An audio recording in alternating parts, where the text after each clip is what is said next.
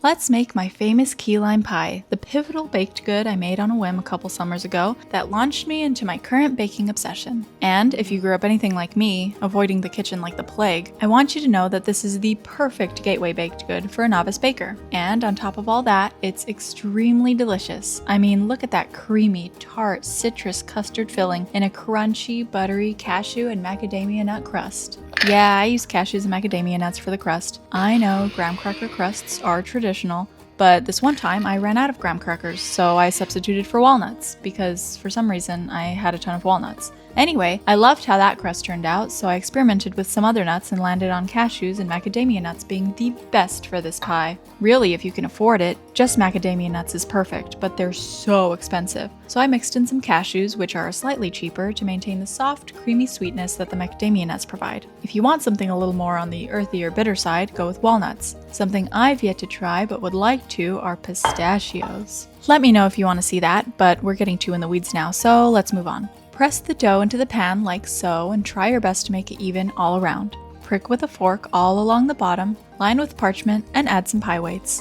The trick here is to get something cheap like rice or beans and fill it up to the tippy top, spreading them to the edges to weigh down the crust, keeping it in place while baking. Par bake for 10 to 15 minutes or until the edges turn a shade of brown deeper than they already are. Okay, so on to the filling. The way I like it's got a lot, and I mean a lot of lime juice. 1 whole cup. And for this, I use a mix of Persian limes and key limes. But fair warning, this is going to take a lot of juicing, and I don't recommend buying the bottled lime juice. Just don't do it. And 1 hour of juicing later, you'll have 1/8 of a cup of lime juice, but you'll keep going like the trooper you are, and halfway through juicing, either you'll reach flow state and discover the best method for juicing tiny little key limes, like I'm showing you here, or you'll want to quit and go buy that bottled lime juice I told you not to buy. Resist the temptation. It'll be worth it, I promise, especially if you, like I, deeply relate to that one time Dakota Johnson said, I love limes. I love them. I really do though, and if you do too, you'll be happy to know that this recipe uses the absolute max amount of lime juice. A couple drops more, and you wouldn't be able to even consider the filling custard anymore. It just wouldn't set in the oven. It'd be liquid. Is that too far? I would venture to say it's not far enough, but that's an experiment for another time. Now, mix all the filling ingredients together except the lime juice, because when you mix in the lime juice, you want to do it slowly, like so, to incorporate the insane amount of lime juice smoothly into the mixture. Otherwise, the mixture will curdle and split, and we don't want that.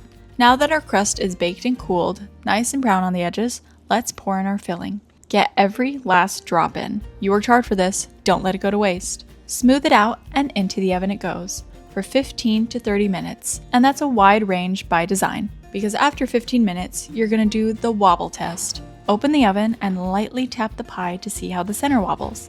If it's wobbly all the way to the edges, it's not ready. If it's not wobbly at all, take it out immediately before you overbake it. And if it's only slightly wobbly in the center, it's just right. Let it cool, cover, and place in the fridge to chill for 1 to 24 hours. Another wide range, but I'm just giving you options. Anyway, although the filling is the star of the show, I think the topping of most key lime pies doesn't get nearly the amount of attention they deserve. A key lime pie is not complete without whipped cream. There, I said it.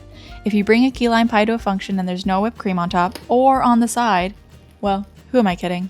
I'll still eat it, but I'll shed a single tear in protest for not having whipped cream. Add some lime zest on top, and if you really want that picture-perfect key lime pie moment, take some key limes and cut them like this. Twist and place on top. And you can't tell me that's not the cutest key lime pie you've ever seen. So to all my novice bakers, my lime lovers, and anyone who just wants a summer sweet treat, happy baking, thank you so much for watching, and we'll see you next time.